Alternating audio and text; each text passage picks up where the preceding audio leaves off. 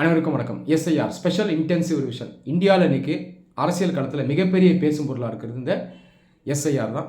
தமிழ்நாடு உட்பட 12 மாநிலங்களில் இப்போ எஸ்ஐஆர் எக்ஸைஸ் நடந்துட்டுருக்கு. இதற்கு முன்னாடி பீகாரில் எஸ்ஐஆர் நடத்தி முடித்தாங்க. எஸ்ஐஆர் பார்த்திங்கன்னா ஒரு சர்ச்சைக்குரிய ஒரு பொருளாக இருக்குது. நிறைய ஆப்போசிஷன் பார்ட்டிஸ் எஸ்ஐஆரை எதிர்க்கிறாங்க. எதிர்க்கட்சி தலைவர் ராகுல் காந்தி அவர்கள் பார்த்திங்கன்னா ரொம்ப கடுமையாக பேசியிருக்காரு. இந்த எஸ்ஐஆருங்கிறது ஒரு ஓட் சோரி, வாக்குகளை திருடக்கூடிய ஒரு எக்ஸசைஸ் அப்படின்னு சொல்லியிருக்காரு. சரி, இந்த எஸ்ஐஆர் அப்படின்ற கான்செப்ட் என்ன, இதை பற்றி பேச சொல்லி நிறைய ஐஏஎஸ் ஆஸ்பிரண்ட்ஸ் கேட்டிருந்தாங்க. சிம்பிளாக எஸ்ஐஆரை எக்ஸ்பிளைன் பண்ணுங்கள் சார் அப்படின்னு சொன்னாங்க. இப்போ இதை தான் நான் இந்த வீடியோவில் எக்ஸ்பிளைன் பண்ண போகிறேன். இந்த எஸ்ஐஆருடைய யூஸ் என்ன, இது ஏன் இந்த அளவுக்கு சர்ச்சைக்குரியதாக இருக்குது அப்படின்றத நான் சொல்கிறேன். சரி, எஸ்ஐஆர் ஸ்பெஷல் இன்டென்சிவ் ரிவிஷன், இந்த பேரில் இருப்பது போல் ஒரு ஸ்பெஷல் இன்டென்சிவ் ரிவிஷன். ஸ்பெஷல் அப்படின்னா இது வழக்கமாக செய்கிற ஒரு எக்ஸசைஸ் கிடையாது, தேவைப்படும் போது இது செய்வாங்க. அடுத்தது இன்டென்சிவ், ரொம்ப தீவிரமான ஒரு எக்ஸசைஸ். இந்த எஸ்ஐஆரை யார் அமல்படுத்துகிறாங்கன்னா எலெக்ஷன் கமிஷன். இது ஒரு கான்ஸ்டியூஷனல் பாடி. இந்தியன் கான்ஸ்டியூஷனில் ஆர்டிக்கல் 324 எலெக்ஷன் கமிஷனுக்கு பவர் கொடுக்குது. இந்தியாவில் நடக்கக்கூடிய parliament election, state assembly election, president election, vice president election, இதெல்லாம் கண்டக்ட் பண்ணுறது இந்த எலெக்ஷன் கமிஷன் தான். எலெக்ஷன் கமிஷன் ஒரு பவர்ஃபுல் பாடி. இது ஒரு குவாசி ஜுடிஷியல் பாடி, ஒரு பகுதி சார் நீதிமன்றம் அப்படின்னு சொல்லலாம். காரணம் என்னென்னா, ஒரு நீதிமன்றத்தை போலவே சட்டத்தை இதனால் அமல்படுத்த முடியும். உதாரணத்துக்கு ரெப்ரசன்டேஷன் ஆஃப் பீப்புள் ஆக்ட் அப்படின்ற சட்டத்தை எலெக்ஷன் கமிஷன் பார்த்திங்கன்னா அமல்படுத்துது. ஒரு சில ஆர்டர்ஸையும் இஷ்யூ பண்ணுவாங்க. அப்போது கிட்டத்தட்ட ஒரு நீதிமன்றம் போல் செயல்படக்கூடிய ஒரு அமைப்பு தான் அந்த எலெக்ஷன் கமிஷன். எலெக்ஷன் கமிஷனுக்கு பவரும் அதிகமாக இருக்குது, பொறுப்பும் அதிகமாக இருக்குது. சரி, இந்த எஸ்ஐஆர் இதை கண்டக்ட் பண்ணுறதுக்கு எலெக்ஷன் கமிஷனுக்கு யார் அதிகாரம் கொடுக்குறாங்க அப்படின்னா, ஒரு சட்டம் இருக்குது, ரெப்ரசன்டேஷன் ஆஃப் பீப்புள் ஆக்ட் 1950.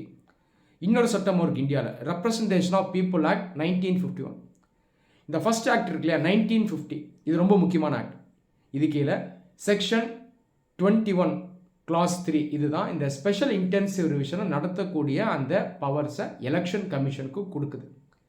இந்த ஸ்பெஷல் இன்டென்சிவ் ரிவிஷனோட நோக்கம் என்ன, இந்த எலக்ட்ரல் ரோல் அப்படின்னு சொல்லுவாங்க. இந்தியாவில் இருக்க எல்லா வாக்காளர்களும் ஒரு டேட்டா பேஸில் அவங்களுடைய பேர் இருக்கும். இதுதான் சிம்பிளாக எலக்ட்ரல் ரோல். இந்த எலக்ட்ரல் ரோல் நம்ம என்ன பண்ணணும்னா மெயின்டைன் பண்ணணும். அதை ரெகுலராக நம்ம சீர்திருத்தம் பண்ணணும். இப்போ சீர்திருத்தம் அப்படின்னு சொல்லும்போது நிறைய இன்எலிஜிபிள் ஓட்டர்ஸ் இருப்பாங்க, தகுதி இல்லாதவங்க இருப்பாங்க. அடுத்தது ஒரு சில பேர் இறந்து போயிருப்பாங்க. அது இல்லாமல் நிறைய பேர் மைக்ரேட்டாக இருப்பாங்க, தங்கள் ஊர்லேருந்து இன்னொரு ஊருக்கு போயிருப்பாங்க. ஸோ இந்த ஓட்டர் லிஸ்ட் இருக்குல்லையே, எலக்ட்ரல் ரோல், இதை பேசிக்காக சீரமைக்கணும். இதன் மூலமாக நம்ம அக்யூரஸியை கொண்டு வர முடியும், இதில் லெஜிட்டிமசியும் கொண்டு வர முடியும். மக்களுடைய ட்ரஸ்ட் அப்போ தான் வின் பண்ண முடியும். எலக்ட்ரல் ரோலை நாங்கள் அப்டேட் பண்ணியிருக்கோம், இன்எலிஜிபிள் ஓட்டர்ஸ் கிடையாது, உண்மையானவங்க தான் உள்ளே இருக்காங்க, போகஸ் ஓட்டர்ஸ் இல்லை. அப்போ இந்த எலக்ட்ரல் ரோல் எல்லா வாக்காளர்களையும் கரெக்டாக ரெப்ரசன்ட் பண்ணுது அப்படிங்கிறத இந்த எஸ்ஐஆர் உறுதி செய்யுது. இந்தியா போன்ற ஒரு பெரிய டெமோக்ரஸியில் ஹெவியாக மைக்ரேஷன் நடக்கக்கூடிய ஒரு நாட்டில் எலக்ட்ரல் ரோலை அப்டேட் பண்ணணுமானா கண்டிப்பாக அப்டேட் பண்ணணும். அப்படி பார்க்கும்போது எஸ்ஐஆர் தேவை தான். அதற்கான பவர்ஸை எலெக்ஷன் கமிஷன்கிட்ட சட்டம் கொடுத்துருக்கு. சரிங்களா? இப்போ இந்த எஸ்ஐஆர் பார்த்திங்கன்னா தமிழ்நாடு போன்ற மாநிலங்களில் இப்போ கண்டக்ட் பண்ணிட்டு வராங்க. 99% எஸ்ஐஆர்ஸை நாங்கள் கொடுத்துட்டோம் இந்த ஓட்டர்ஸ்கிட்ட அப்படின்னு கவர்மெண்ட் சொல்கிறாங்க. இப்போ இந்த பக்கம் இந்த எஸ்ஐஆரை நிறைய பேர் எதிர்க்கிறாங்க. இதற்கும் சில காரணங்கள் இருக்குது. முக்கிய காரணம் என்னன்னு பார்த்தீங்கன்னா, எலெக்ஷனுக்கு முன்னாடி இந்த எஸ்ஐஆரை இம்ப்ளிமெண்ட் பண்ணுறாங்க. இது ஒரு முக்கியமான கேள்வி, இது ஒரு ரெலவெண்ட் கொஸ்டினும் கூட. இதற்கு எலெக்ஷன் கமிஷனாக கவர்மெண்ட்டும் பதில் சொல்லி தான் ஆகணும். இப்போது நம்ம ஸ்டேட் எடுத்துங்க, தமிழ்நாட்டில் 6 மாதம் எலெக்ஷன் வரும்போது இந்த எஸ்ஐஆரை ஒரு 1 இயர் முன்னாடி நடத்திருக்கலாம், இல்லை 2 இயர்ஸ் முன்னாடி நடத்திருக்கலாம். எலெக்ஷன் கிட்ட வரும்போது கண்டக்ட் பண்ணுறீங்க. இது ஒரு கன்ஃபியூஷன் ஏற்படுத்துது, பயத்தை ஏற்படுத்துது. அப்போது இது வெறும் ஒரு ரிவிஷன் தானா, அல்லது இது அந்த எலக்ட்ரல் ரோலையே கம்ப்ளீட்டாக ரீரிஜிஸ்டர் பண்ணக்கூடிய ஒரு எக்ஸசைஸா, இல்லை இது ஒரு நியூ அப்ளிகேஷன் ஃபார்மா, இந்த மாதிரி கேள்விகளும் எழுது. இதுதான் பேசிக்காக அந்த எஸ்ஐஆர் மேலே வைக்கக்கூடிய குற்றச்சாட்டு. இரண்டாவது, லேக் ஆஃப் அவேர்னஸ். நிறைய மக்களுக்கு இந்த எலெக்ஷன் ப்ராசஸ் சம்மந்தமாக அவேர்னஸ் இல்லை. அப்போ விழிப்புணர்வு இல்லாத போது திடுத்துப்புன்னு ஒரு ப்ராசஸை நீங்கள் ஒரு ஷார்ட் டைம் ஃப்ரேமில் இம்ப்ளிமெண்ட் பண்ண நினைக்கும் போது நிறைய பிரச்சனை இருக்கும் இல்லையா? இப்போ நீங்களே பாருங்கள், நிறைய பேருக்கு அந்த ஃபார்மை ஃபில் பண்ண கூட முடியல. நானே நேராக பார்த்துருக்கேன். அப்போ அவங்களுக்கு நம்ம அட்வைஸ் பண்ண வேண்டியதாக இருக்குது. டீட்டெயில்ஸை மாற்றி கொடுத்துட்டா ரிஜெக்ட் ஆகக்கூடிய வாய்ப்பு இருக்குது.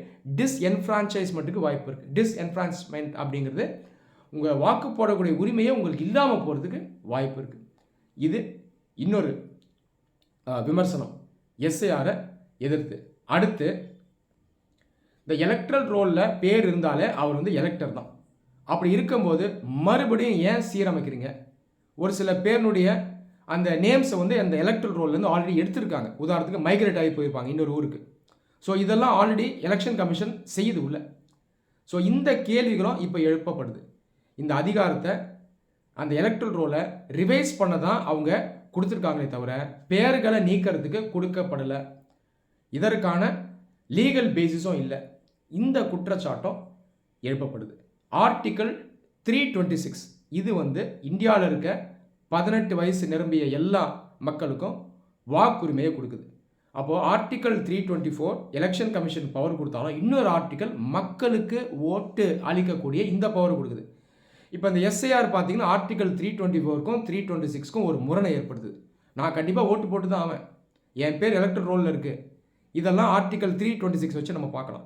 இன்னொரு பக்கம் ஆர்டிக்கல் 324 எலெக்ஷன் கமிஷன் அதற்கு அதிகாரம் இருக்குது, அது எஸ்ஐஆரை கண்டக்ட் பண்ணலாம். அப்போ இந்த முரண் இருக்கு இல்லையா? இந்த கேள்விகள்லாம் எழுப்பப்படுது.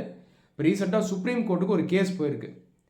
Association for democratic reforms ADR இந்த அமைப்பு ஒரு கேஸ் போட்டிருக்காங்க. இந்த எஸ்ஐஆருங்கிறது இந்தியாவில் கண்டக்ட் பண்ணக்கூடாது, அது ஒரு தவறான எக்ஸசைஸ் அப்படின்னு கேஸ் போயிருக்கு. நம்ம அதை வெயிட் பண்ணி தான் பார்க்கணும். நிறைய பொலிட்டிக்கல் லீடர்ஸும் பொலிட்டிக்கல் பார்ட்டிஸும் இந்த எஸ்ஐஆரை அப்போஸ் பண்ணுறாங்க. என்னை பொறுத்த வரைக்கும் எஸ்ஐஆர் தேவையா அப்படின்னு கேட்டிங்கன்னா கண்டிப்பாக தேவை தான். காரணம் என்னென்னா எலக்ட்ரல் ரோல் அப்டேட்டடாக இருக்கணும், அக்யூரேட்டாக இருக்கணும், லெஜிட்டிமேட்டாக இருக்கணும்.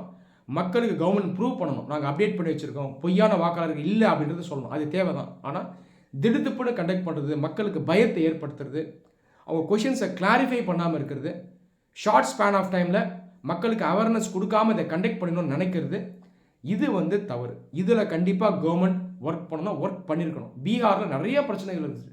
சுப்ரீம் கோர்ட்டை இன்டர்ஃபியர் ஆகி நிறைய விஷயங்களை எலெக்ஷன் கமிஷன் சொன்னாங்க. இப்போ இந்த மாதிரி மற்ற மாநிலங்களில் நடக்கக்கூடாது. இப்போ ஸ்டார்ட் பண்ணிட்டாங்க, வேறு வழியில் முடிஞ்ச வரைக்கும் அதை ப்ராப்பராக இம்ப்ளிமெண்ட் பண்ணணும். இதில் பிரச்சனைகள் வருதுன்னா முழு பொறுப்பை எலெக்ஷன் கமிஷன் எடுக்கணும், சென்ட்ரல் கவர்மெண்ட்டும் எடுக்கணும். ஃப்யூச்சரில் இந்த எஸ்சிஆர் எக்ஸசைஸை ப்ராப்பராக பண்ணணும். முன்கூட்டியே பிளான் பண்ணி எலெக்ஷனுக்கு வெல் இன் அட்வான்ஸ் அவங்க கண்டக்ட் பண்ணுறாங்க, ப்ராப்பர் அவேர்னஸை க்ரியேட் பண்ணுறாங்க அப்படின்னா இது வந்து லாங் டேர்முக்கு ஒரு ப்ராப்பர் சொல்யூஷனாக இருக்கும். நன்றி.